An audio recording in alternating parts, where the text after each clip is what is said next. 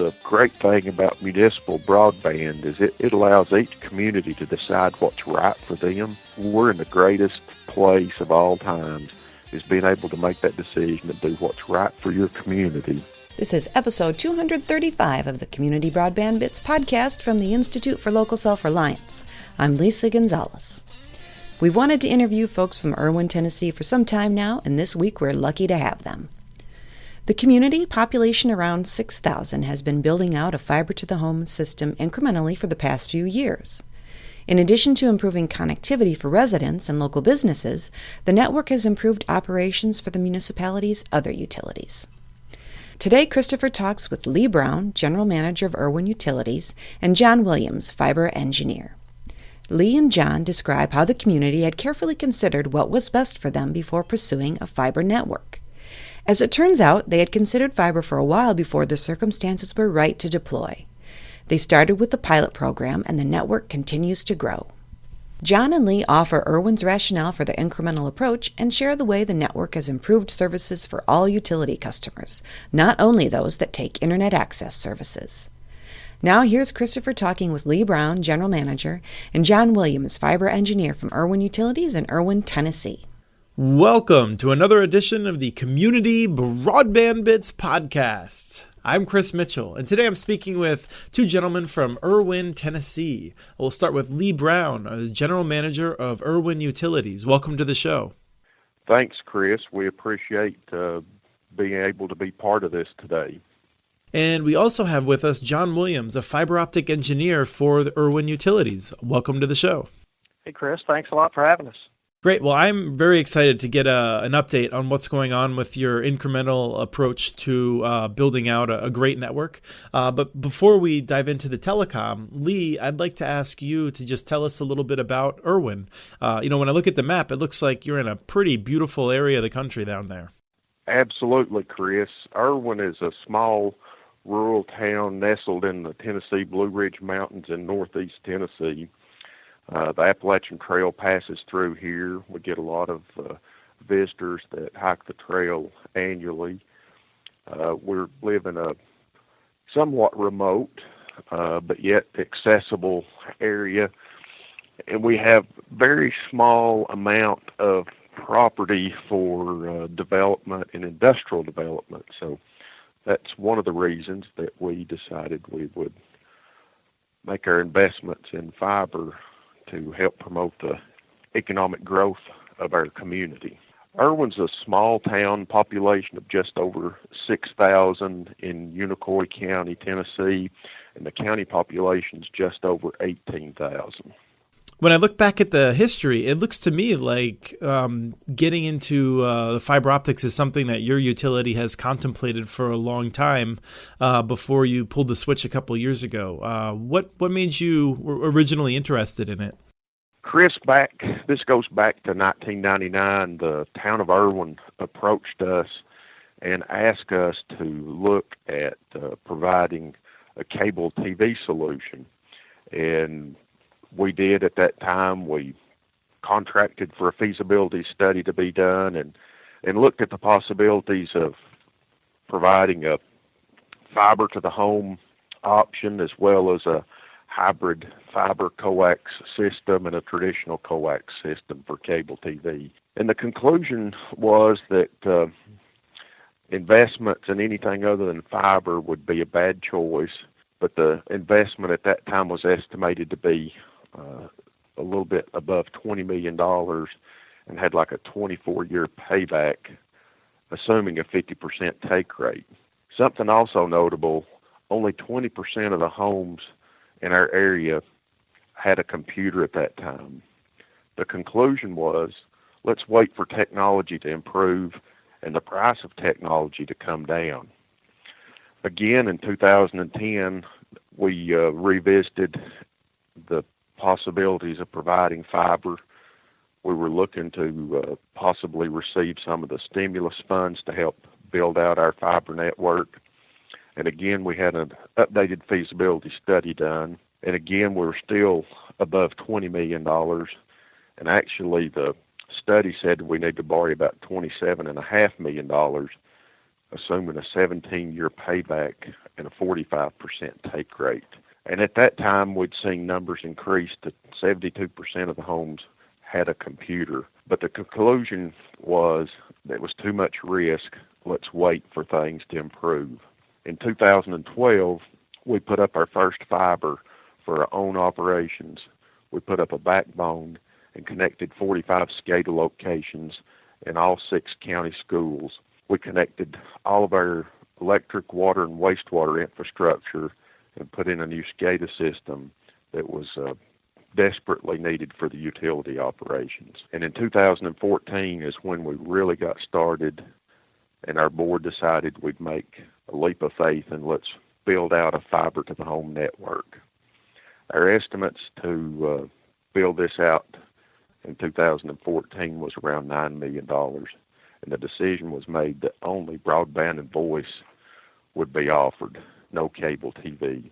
And our surveys also revealed that 80% of the homes had computers and used the internet, and we decided the time was right. And so let me turn to John, and I'm curious, as a fiber optic engineer, when you came into the picture.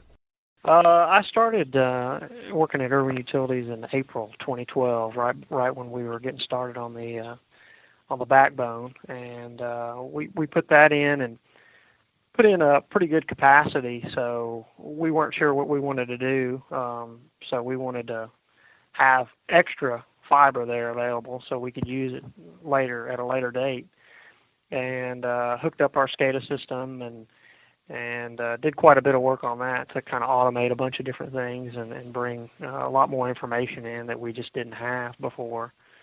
And then, like Lee said, in 2014, really tried to shift our thinking and, well, what can we use this more for? And, really what we were looking at is how can we do fiber to the home, but things are changing so much faster. I mean, just in the last 10 years, more video and things like that going over the internet. And the internet is kind of like the main driver behind everything. So that's kind of where we shifted our efforts and kind of focused in, well, how can we do this? And we did our own plan and our own business plan and our own design to kind of come up with what we thought would work and do it as a phased approach too, because we didn't have to build a video head in because we weren't doing cable. So that gives us an advantage of really the only thing we have to build is the fiber. So let's build a little piece at a time, and then it kind of helps spread over that cash flow that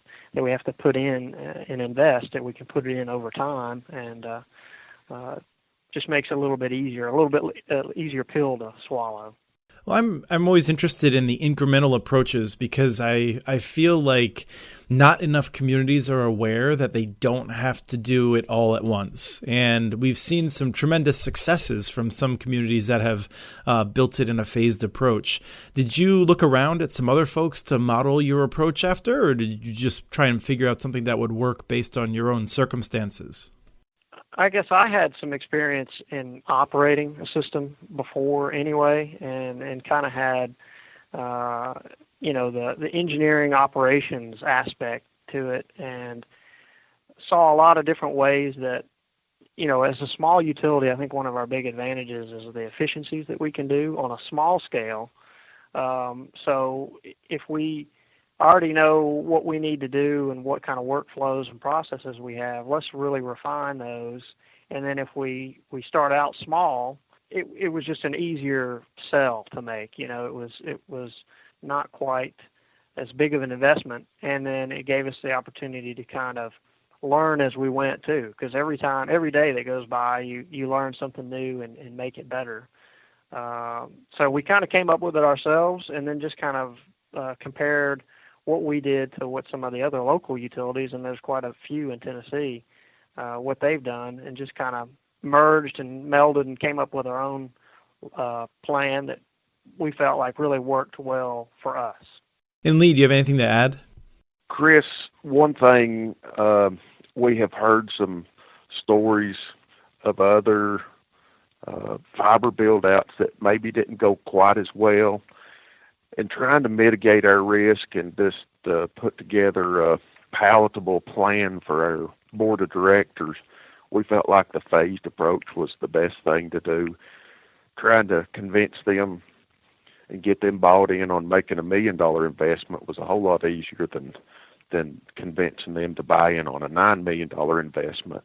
And as John pointed out, we've learned so many things from phase one to where we're at today, and each one of those results in savings of dollars spent. So if we'd have gone in and done a full build out, we'd be stuck with what we did from day one. So it's really worked to our advantage and our customers and ratepayers' advantage as well.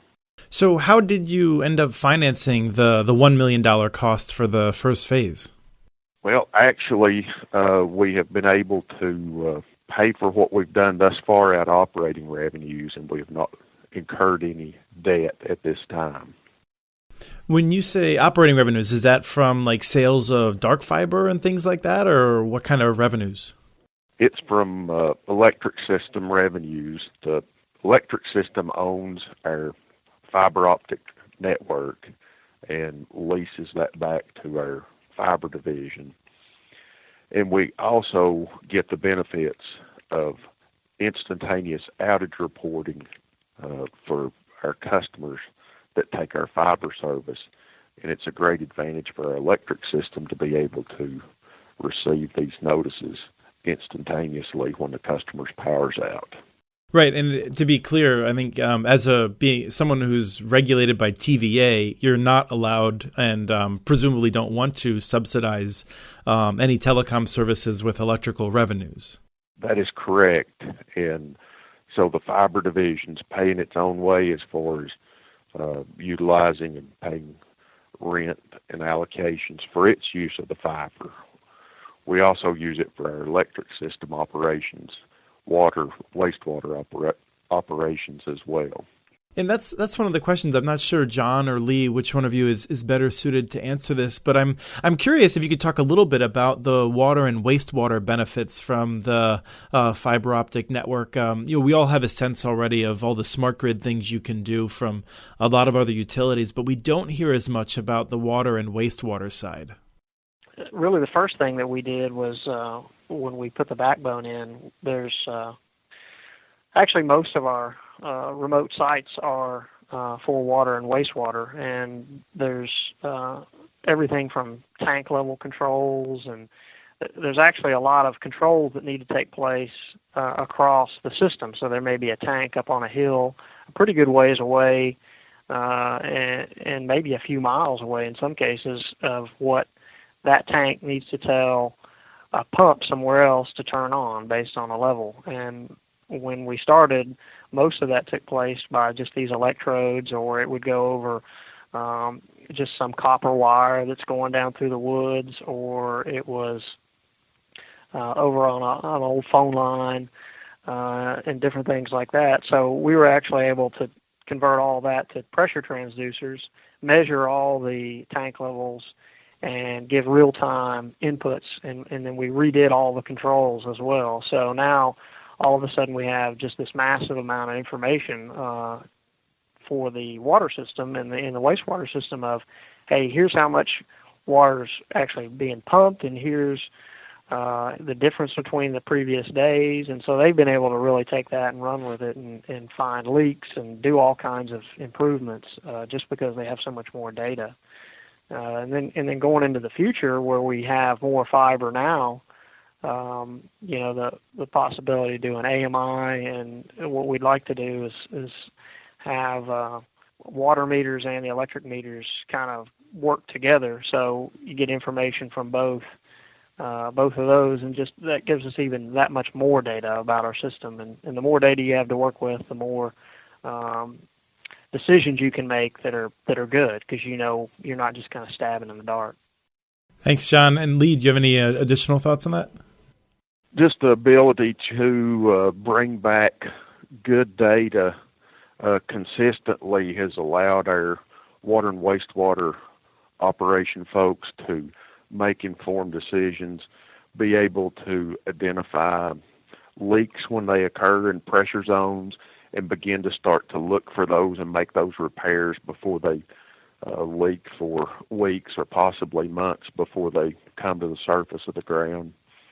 also been able to use the information that's collected to make improvements in our wastewater system and collectively overall reduce the infiltration and inflow into our wastewater collection system and try to bring us in full compliance with our state regulatory permits. So it's had a lot of benefits for all departments. And let's talk about the pilot area, John. Is it correct that you had about 300 potential customers and over 2/3 of them signed up pretty quickly, it seems like? Well, we're actually on our third phase. We just finished building it out, and we're connecting customers now. We initially built out past about 1,200 customers with a goal of getting 300, so a 25% take rate. And we kind of planned on that after about 2 years, getting 25, and we actually hit that a month or two ago. So we're at 25% now and still adding customers in that initial phase. And something interesting that we found is since we've been doing it almost 2 years, new people that move into a home in that pilot area or any area that we've got fiber built out to, we're getting about a 55% take rate. So any new customers that we're picking up just in general for electric, the take rate's much higher than what we anticipated. So that's a really good sign for us going into the future. And so that's just doing a high-quality internet product and telephone. Have you had any interesting revelations about not offering cable service?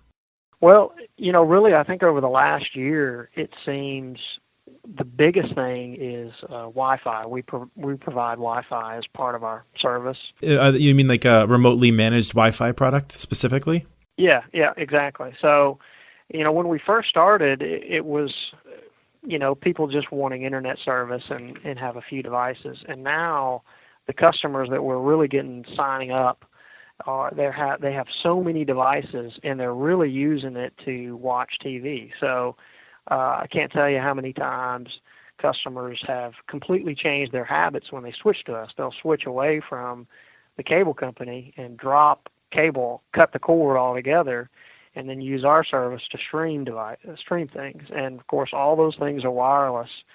And it's kind of almost now, it's like, I feel like we have to have that to be able to serve our customers for what they want to do. It's just amazing how many devices are in their homes and they're really using it to watch video on. Yeah, I guess I'm curious, Lee, as the general manager of the utility, has as you've been doing connecting more customers and doing these incremental expansions, has offering telecom changed the utility in any way that surprised you, your relationship with your customers and ratepayers? Well, we just continually receive great feedback from our customers as far as our attention to their needs, their level of customer service that's delivered to their home on the install, and anytime they have a problem, which is rare, if they have any needs in the future, the attention that they get and the quick response. I think it has only worked to our advantage and build and further strengthen what I would consider would be a good relationship with our existing electric, water, and wastewater customers. This only strengthens it and will really work to the benefit of all in the future. Do you have a lot of people that are trying to get on your good side to make sure that their neighborhood is the next one you expand into? Hardly a day passes that somebody doesn't ask, when are you coming to my house? And so our goal is to try to complete our build out by the end of the calendar year of 2018. So that's still a little ways out, a lot that has to be done between now and then, but we feel like it's an obtainable goal. And yes, some are going to have to wait, but the way the system was designed, we really can't pick and choose where we go. We've got a systematic plan in place, and we're going to see it through, and it's worked really well thus far. One of the other great benefits that we may have not talked about by using a phased approach is it allows your installer to concentrate in one area. So being in this one small area, he doesn't have to drive far to do his work. If we had deployed system-wide, we could be scheduling installs, from one end of the system to the other in the same day, or having to jump around for service calls. And at least right now, as we're building and learning and expanding, we're fairly concentrated, and we think there's a great benefit, plus a cost savings just from logistics being in the same general area. And are you seeing people generally taking the base package? It looks like you're, if my information is correct, the base package would be a 25 megabit symmetrical service, and people can go much faster. Do you see people going for faster speeds often? I'd say probably about 90% go for that base speed package. And it looks like that's considerably below. It's certainly considerably below what I'd be paying my cable company. I'd tell you that. We think our service is a great value for what we offer. Right, and that's is that it's about $50 for both telephone service and the 25 megabit service. Or correct me if I've got that wrong. 25 megs service is kind of our base. It's $50, and then there's no rental of any kind. So that's kind of everything you need, and that's the wireless managed product, and everything involved is with that. And then you can upgrade that to 100 meg service for another $20 a month. And then phone lines are $25 a month, and then there is some tax associated with that, so you have to add those to it. But our base kind of package is just 25 meg internet. Great. Now let me ask you, one of the things that, and I'll pose this to you first, Lee, and John, feel free to weigh in, but is that when you start doing telecom, you open yourselves up to be attacked by the cable and telephone companies, the big private companies that are trying to make sure no one else is competing with them. And I'm curious what your experience has been. I presume you have not escaped unscathed from the battles in Nashville and wider even about whether cities should be doing what you're doing. Occasionally we see some efforts from our incumbent providers to offer some deals or some different things that might try to attract or retain their customers, but the service that we offer and the past experience that they've had with their incumbents, we don't have to do a very big sales job to try to win our customers over. We've had something that I've never remembered happening in our area is just recently the cable TV company had somebody going door to door trying to sign up folks or get them on a deal. And I have no idea how successful it was, but we've not noticed any loss in our customers. Well, and John, I know that responding to some of the political attacks that the incumbents sometimes offer, in particular Comcast and AT&T, I'm not even sure which incumbents you have there, but in Nashville, AT&T and Comcast have been very aggressive in trying to attack municipal networks. We had covered a story picking up on a local news story that suggested you went to Nashville, but I understand that was incorrect. So we were perhaps an early purveyor of false news, unfortunately, in that story we covered. Yeah, no, we had our local newspaper had called and was kind of talking about that Nashville meeting, which really was kind of more about municipalities expanding outside of their electric footprints. And of course, right now we're still working to complete the build out inside of our footprint. And I think he was kind of more questioning what Chattanooga and some of the other folks, Wilson, North Carolina, with the FCC about how their FCC's pushing to allow them to go out, and then the state is forcing them to stay within their service area. And there's about 900 customers inside of Unicoi County that we don't serve electric. So, how does that, is that something that we would want to look at doing once we finish our build out? And currently today we couldn't do that, but I think it is something that really interests us a lot, is being able to serve those people where it's a real rural area and a very mountainous part of the county. And a good portion of them have no access to high-speed data at all. If the law loosens up a little bit, I think it'd be great, so we could have the potential to go in there and really help some of those people and give them a good service. And in a lot of ways, they'd have a better service than a huge percentage of the whole country does.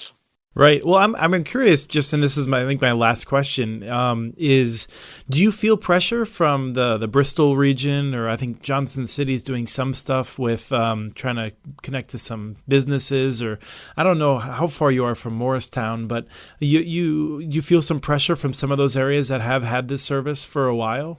So I don't really feel any pressure. I think this is the great thing about municipal broadband is it allows each community to decide what's right for them. And we've looked at this for many years, and finally the time was right and we acted. Everybody's system, their demographics, their customers per mile, a lot of things go into making a decision to deploy a fiber to the home network. I just really feel like we're in the greatest place of all times is being able to make that decision and do what's right for your community. And if it doesn't make sense, then you just don't do it. But the time was right, and our board decided we needed to move forward, and we've done it in a very systematic, planned approach, and we feel like that we're going to be just tremendously successful in the future with Erwin Fiber. Great. Well, I applaud that sentiment coming from the Institute for Local Self-Reliance. We love it when people are making their own decisions locally. Is there any last thoughts you wanted to share that we didn't get to cover in terms of the network? Just a few weeks ago, we had a new sign up at the time of the install. Our installer, Craig, was out getting the lady connected up, and she said, "Thank goodness you all came." Said, "I'd called the cable company, and they came out to hook me up a couple of weeks ago." And the technician showed up, and he said, "I'm sorry to tell you, but I can't hook you up. You're too far away from the main line." And she asked the cable technician, "Well, what should I do?" He told her, he said, "If I was you, I'd call Erwin Fiber and get hooked up with them." Our competition is sometimes our best salesperson. That's great. I certainly commend that spirit. Thank you both for joining us on the show and sharing more about your phased approach. I think it's something we're going to see a lot more of from communities moving forward. Absolutely. We've put a lot of effort into trying to figure out how to do it correctly, and we've had a lot of our peers reach out to us and ask us to share lessons learned, and we're always glad to do that. Wonderful, and thank you, John. Hey, thanks a lot, Chris. Really enjoyed being on the show. That was Lee Brown, General Manager, and John Williams, Fiber Engineer from Erwin Utilities in Erwin, Tennessee. Learn more at muninetworks.org, where we've been following Erwin's progress. Remember, we have transcripts for this and other Community Broadband Bits podcasts available at muninetworks.org/broadbandbits. Please email us with your ideas for the show. Send a note to podcast@muninetworks.org. Follow Chris on Twitter. His handle is @CommunityNets. Follow muninetworks.org stories on Twitter, too. The handle is @muninetworks. Subscribe to this podcast and all of the podcasts in the ILSR podcast family on iTunes, Stitcher, or wherever else you get your podcasts. Never miss out on our original research. You can subscribe to our monthly newsletter at ilsr.org. Thanks to Admiral Bob for the song Turbo Tornado, licensed through Creative Commons. And thanks all to you for listening to episode 235 of the Community Broadband Bits podcast.